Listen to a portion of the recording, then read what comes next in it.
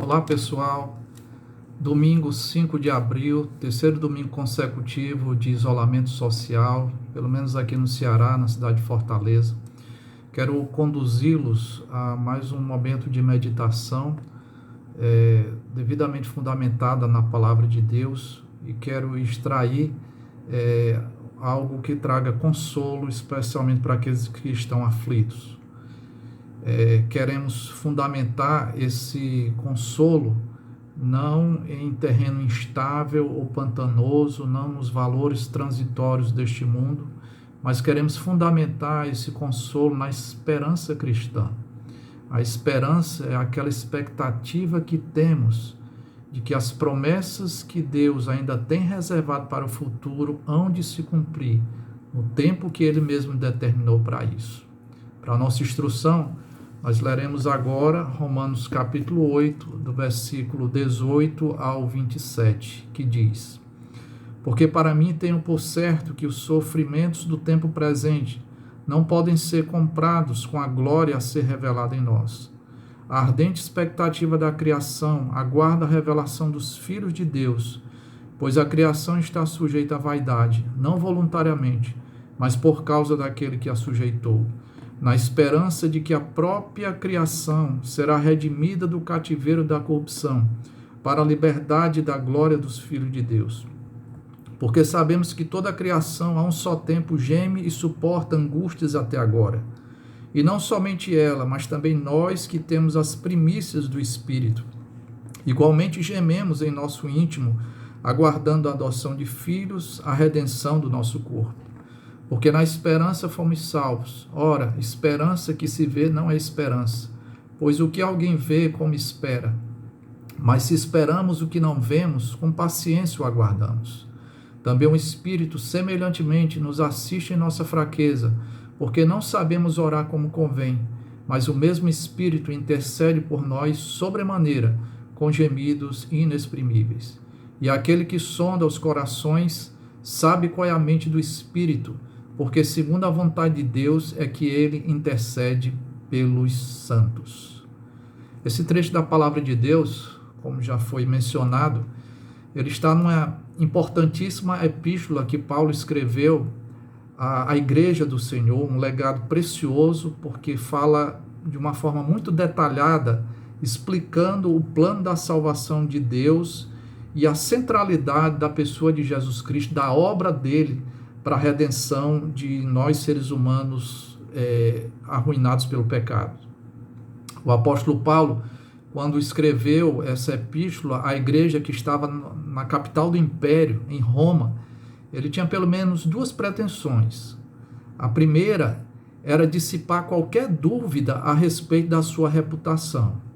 O apóstolo Paulo era comumente mal interpretado, a sua mensagem era distorcida, e para que os irmãos tenham ideia, certa ocasião, quando ele estava em Jerusalém, ele foi surpreendido por uma turba, surrado, e as pessoas diziam que ele era uma verdadeira peste que se espalhara pelo mundo. Então, a mensagem do apóstolo Paulo era mal compreendida, daí a necessidade dele explicar todo o conteúdo do Evangelho da Salvação nessa epístola tão marcante e tão esclarecedora da nossa fé. O outro motivo é que ele queria que a igreja de Roma desse o suporte necessário a fim de que ele continuasse na sua missão missionária, desta feita chegando até a região da Espanha. Então o apóstolo Paulo, no capítulo 8, ele vai tratar especificamente nesse trecho que nós lemos há pouco da esperança cristã. E eu quero destacar três coisas rapidamente nesse texto. Primeiro, nós precisamos entender o que a Bíblia chama no versículo 18 de tempo presente. O apóstolo Paulo diz no versículo 18, porque para mim tenho por certo que os sofrimentos do tempo presente. O que é esse tempo presente? Olha, o tempo presente é aquele período que vai da ressurreição de Jesus Cristo até a sua segunda vinda. Nós aguardamos o retorno de Jesus Cristo, não mais de uma forma humilde como filho de carpinteiro, mas de uma forma gloriosa, onde a Bíblia diz que todo olho verá. Até que esse dia chegue, nós estamos vivendo justamente o tempo presente. E de que forma esse tempo presente se caracteriza? Ora, pelos sofrimentos. Os sofrimentos do tempo presente. O apóstolo Paulo é muito realista em relação a isso. E isso é bom. Para que nós tenhamos o consolo da nossa alma, nós precisamos saber onde nós estamos vivendo. Nós não podemos ter uma falsa expectativa desse mundo. Infelizmente, existe uma apresentação irresponsável e superficial do Evangelho da Salvação, que muitas pessoas são induzidas a pensar que uma vez que nós cremos no Senhor e Salvador Jesus Cristo, nós estamos agora blindados dos problemas, dos sofrimentos deste mundo. Teremos somente prosperidade financeira, não seremos abalados por nenhuma sorte de doença. Olha, a própria experiência se encarrega de demonstrar o contrário. O próprio Senhor Jesus Cristo diz que no mundo nós teríamos aflições. Certa ocasião, quando uma pessoa com uma mentalidade equivocada se achega a Jesus Cristo e faz precipitadamente um compromisso, olha, eu te seguirei onde tu fores. Jesus Cristo disse, olha, as raposas têm seus covis, as aves, os ninhos, mas o Filho do Homem, se referindo a ele mesmo, não tem onde reclinar a sua cabeça. Então, nós precisamos ter essa visão realista do mundo. O tempo presente é um tempo de sofrimentos, de dores, de gemidos. Num sermão memorável de Jesus Cristo, chamado de Sermão Profético ou de Pequeno Apocalipse, que está registrado em 3 evangelhos, em Mateus capítulo 24, Marcos capítulo 13 e Lucas capítulo 21, quando, certa ocasião, os discípulos com Jesus Cristo estavam nos arredores do templo e os discípulos, admirados com aquela construção magnífica do templo de Jerusalém, disseram, Senhor, vede quão grandes são essas pedras. E Jesus Cristo disse, olha, não vai ficar pedra sobre pedra. Isso causou uma curiosidade muito grande e eles perguntaram, e quando é que isso vai acontecer?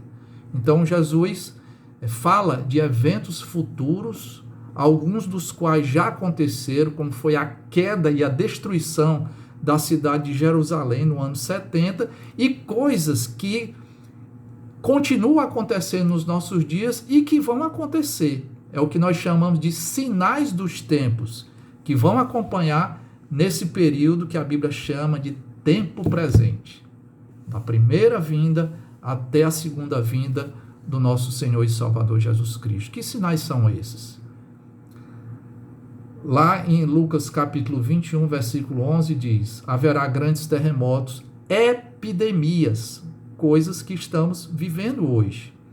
Fome em vários lugares, coisas espantosas e também grandes sinais do céu.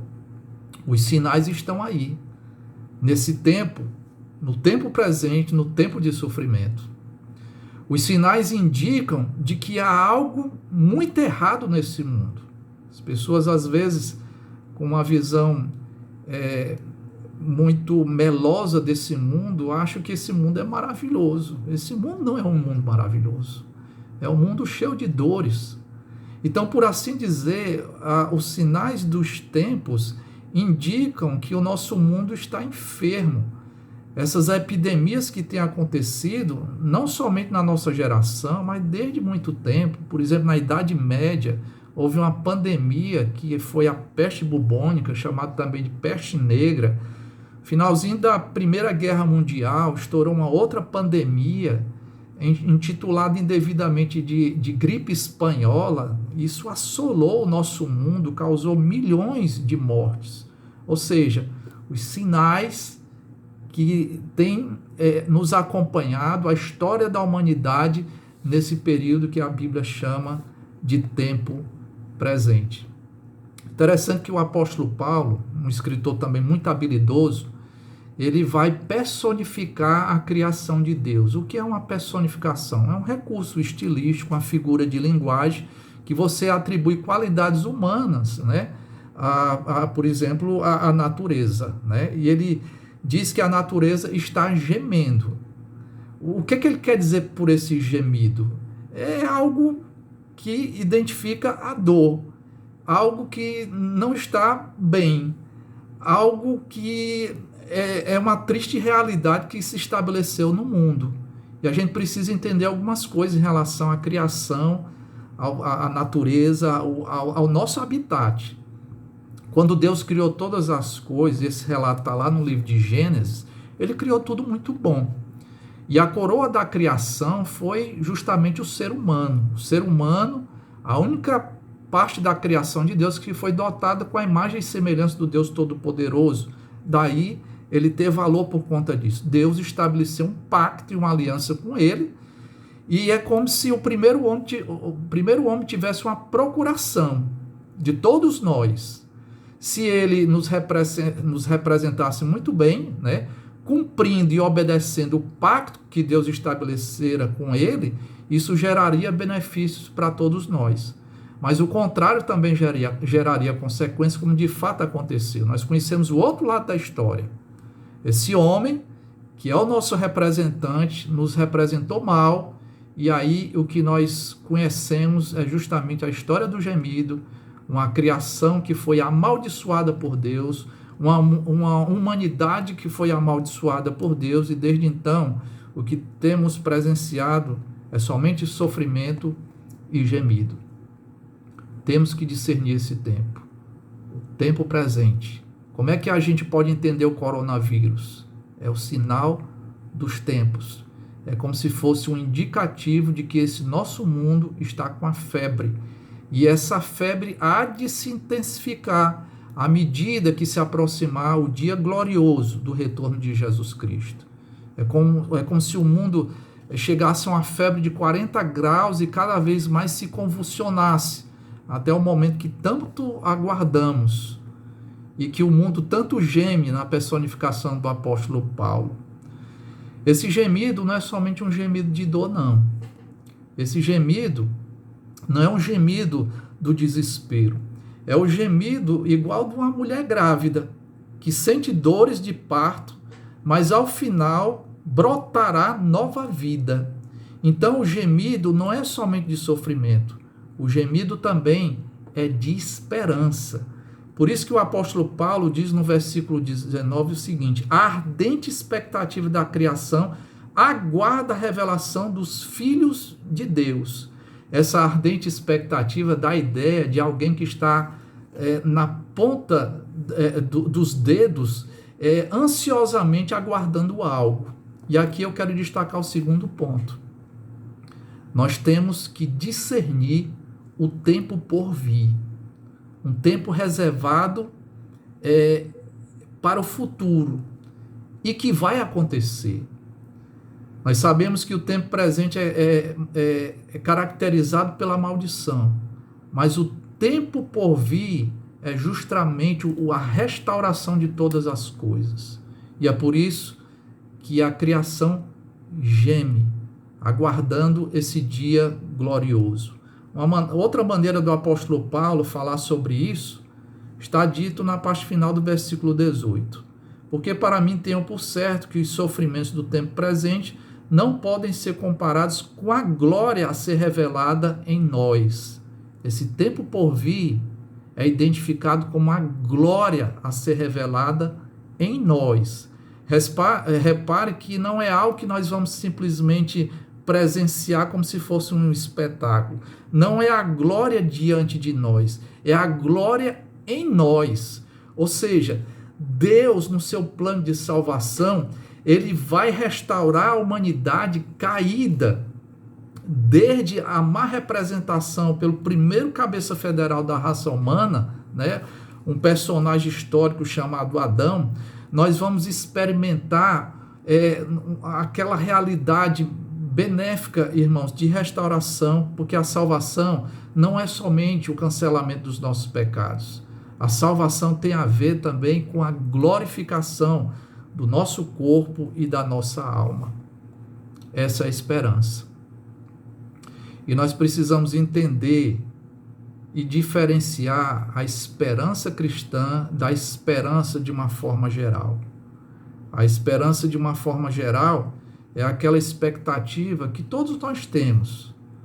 Se é o solteiro que tem a esperança de se casar, né? Então ele lança essa expectativa. Olha, eu sinceramente gostaria de um dia casar. Se é o estudante que está almejando ingressar na faculdade pública, ele tem esperança de passar no exame seletivo do Enem.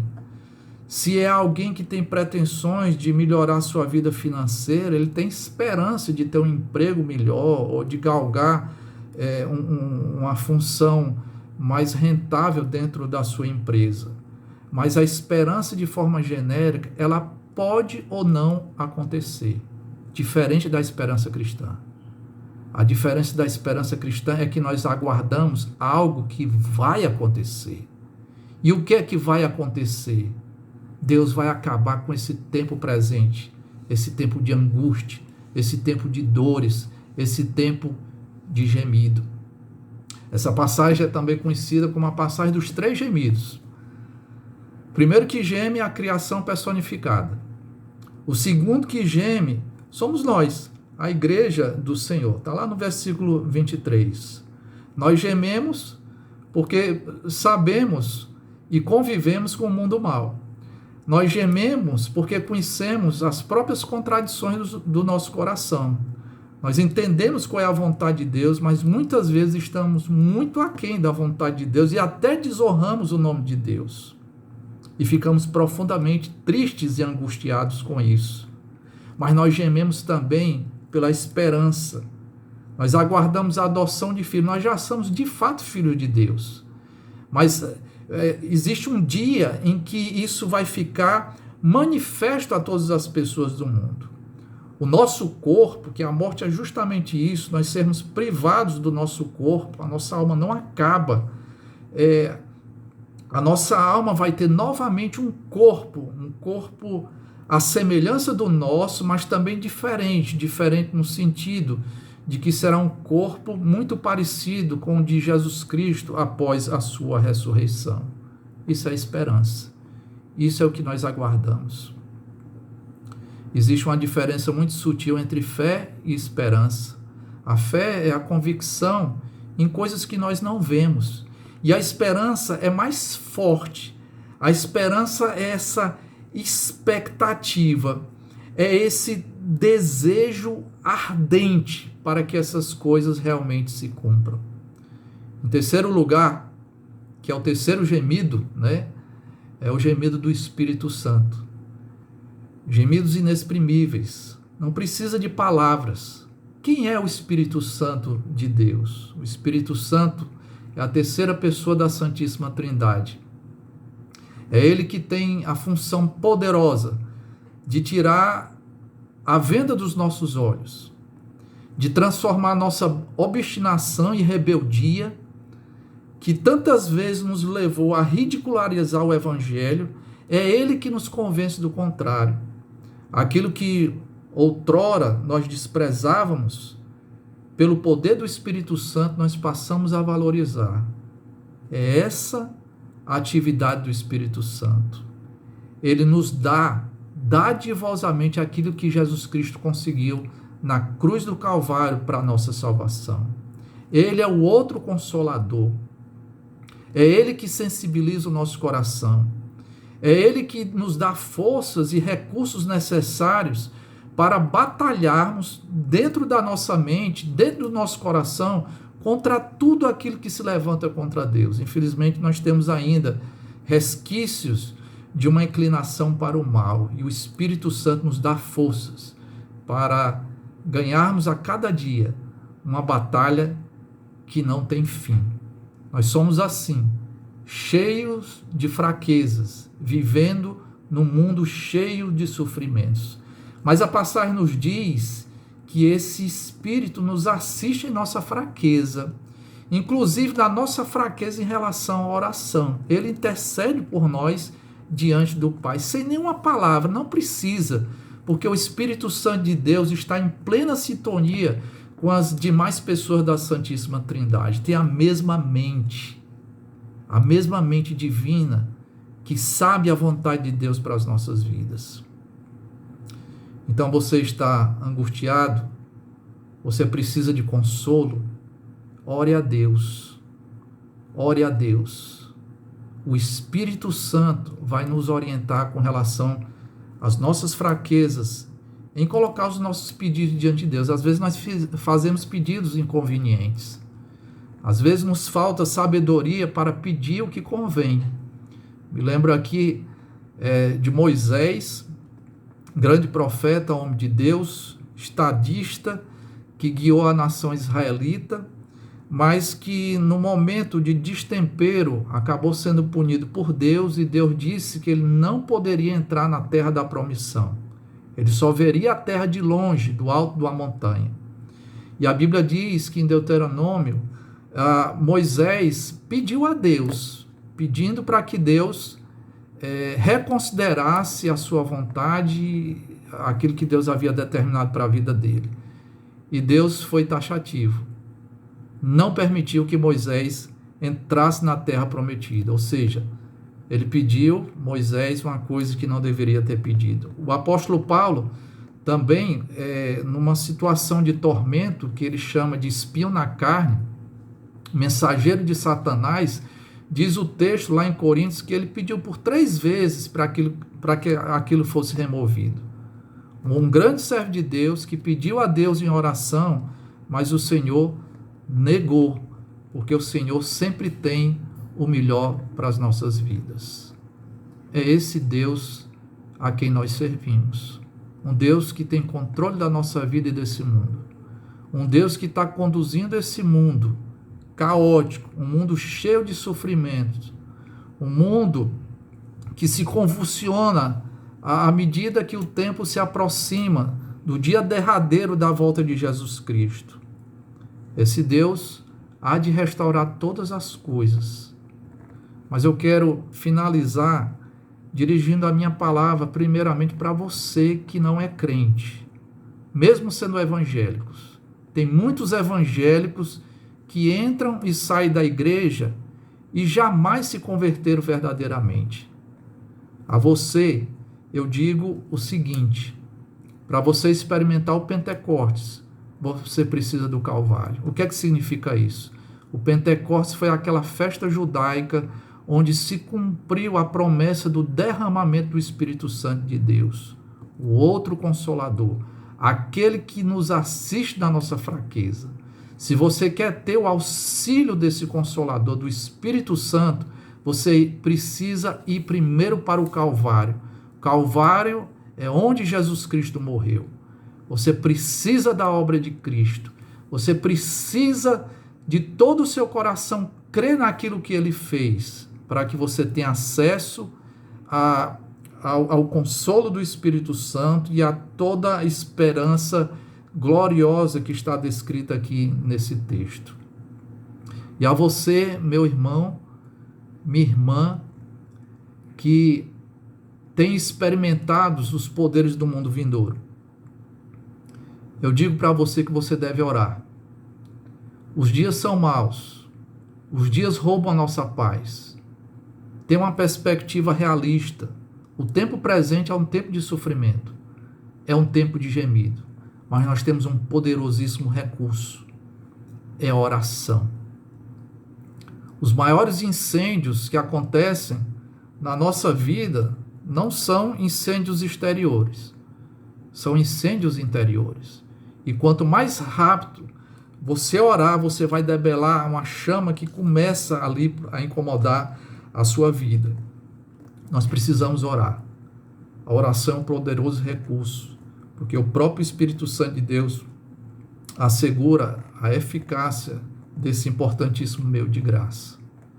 Confie no Senhor, experimente o consolo de Deus, e que Deus possa confirmar cada vez mais essa esperança que você tem no mundo restaurado, no mundo onde haverá paz, no mundo onde superabundará a justiça. É isso que Deus nos promete.